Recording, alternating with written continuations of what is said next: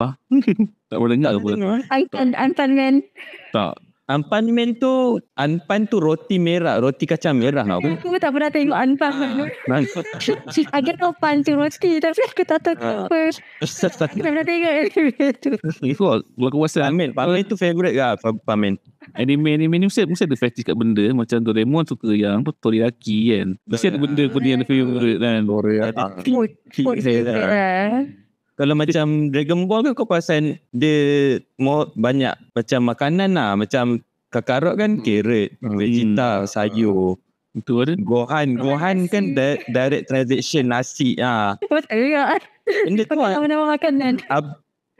Raditz abang Goku tu kan radish. Napa botak tu, napa cabbage. Aku tak Yamcha kan. minum lah. Minum. Aku tak tengok dari sudut tu lah. Tapi bila kau sebut macam tu, oh ya lah. Spicy pada nama makanan-makanan. Benar. Dragon Ball lah yang aku perasan lah. Dragon Ball dia punya team.